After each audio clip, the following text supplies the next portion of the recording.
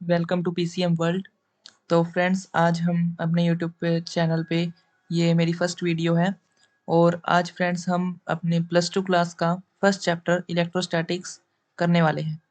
तो फ्रेंड्स, जैसे कि आप सभी लोगों को पता है कि इलेक्ट्रो में वर्ड का मतलब होता है चार्ज और स्टैटिक्स शब्द का मतलब होता है कि एट रेस्ट कोई भी ऑब्जेक्ट है वो एट रेस्ट पे अगर हम उसकी स्टडी करते हैं तो उसको बोलते हैं स्टैटिक्स।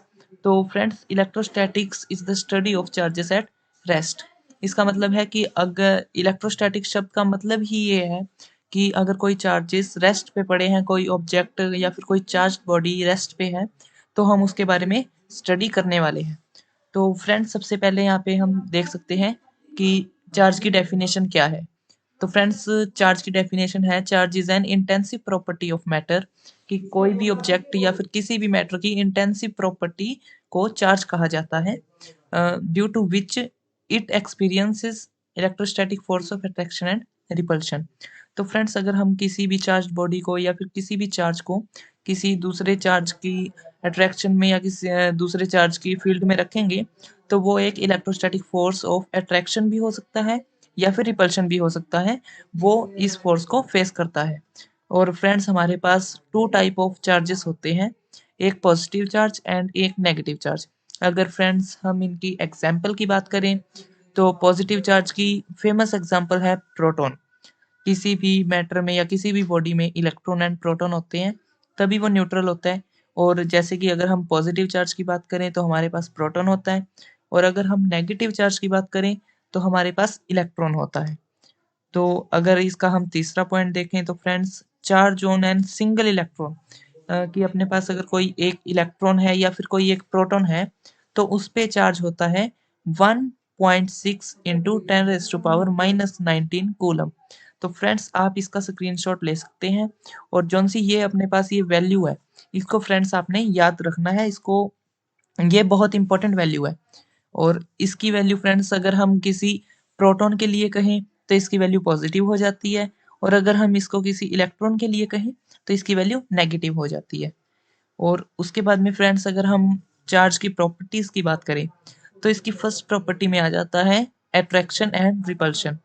तो फ्रेंड्स, जैसे कि अगर हमारे पास दो पॉजिटिव पॉजिटिव चार्जेस हैं और अगर हम उन दोनों को पास पास रख देते हैं तो उन पे एक रिपल्शन फोर्स लगेगा, वो एक दूसरे को रिपेल करेंगे।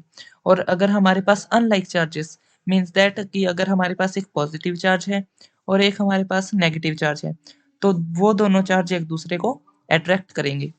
और अगर हम इसके सेकंड प्रॉपर्टी की बात करें तो यहाँ पे फ्रेंड्स हमारे पास होता है एडिटिव नेचर ऑफ चार्ज।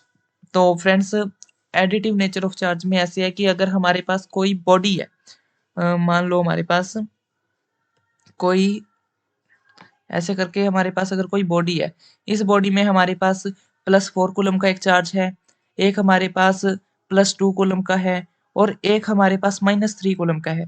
तो फ्रेंड्स, हमारे पास यहाँ पे नेट चार्ज हो जाएगा 3 कूलम, क्योंकि जौन से पॉजिटिव पॉजिटिव हैं वो ऐड हो जाएंगे और नेगेटिव वाला माइनस हो जाएगा। और उसके बाद में अगर फ्रेंड्स हम इसके थर्ड पार्ट की बात करें तो क्वांटाइजेशन ऑफ चार्ज, कि फ्रेंड्स अगर हमारे पास कोई भी चार्ज बॉडी है या फिर हम किसी भी बॉडी की बात करें, तो उसके ऊपर जौन सा चार्ज होता है या फिर चार्ज की वैल्यू होती है, वो हमेशा integral multiple of charge on single electron.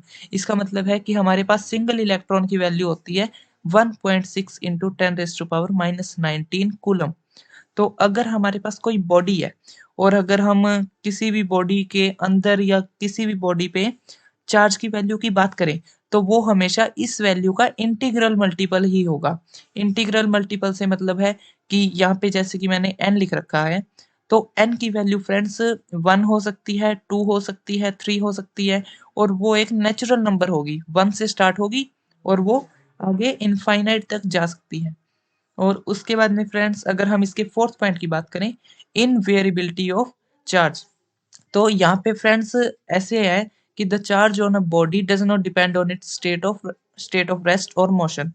तो अगर हमारे पास कोई चार्ज बॉडी है या फिर किसी भी बॉडी में चार्ज है, वो एक्सेस कर रही है चार्ज को, तो अगर वो बॉडी रेस्ट पे है चाहे वो मोशन पे है, वो जो सा हमारे पास चार्ज है उसकी वैल्यू हमेशा कांस्टेंट रहेगी और वो चार्ज भी हमेशा कांस्टेंट रहेगा। जैसे कि अगर हमारे पास कोई बॉडी है और उस पे पॉजिटिव चार्ज है तो वो हमेशा ही पॉजिटिव चार्ज रहेगा, फिर वो चाहे बॉडी रेस्ट पे हो या फिर वो बॉडी मोशन पे हो। तो फ्रेंड्स, जैसे कि आपने देखा कि आज हमने चार्ज की डेफिनेशन और प्रॉपर्टी ऑफ चार्ज इसको कवर किया है, और फ्रेंड्स मैं आगे ही इस सीरीज को कंप्लीट करना चाहता हूँ, तो मैं इसकी रोज वीडियोस डालता रहूँगा। और फ्रेंड्स, आप हमारे चैनल पे नए हैं तो हमारे पीसीएम वर्ल्ड चैनल को लाइक करें, शेयर करें और सब्सक्राइब करें, और मैं ऐसे ही एजुकेशन से रिलेटेड वीडियो लेके आता रहूँगा अब।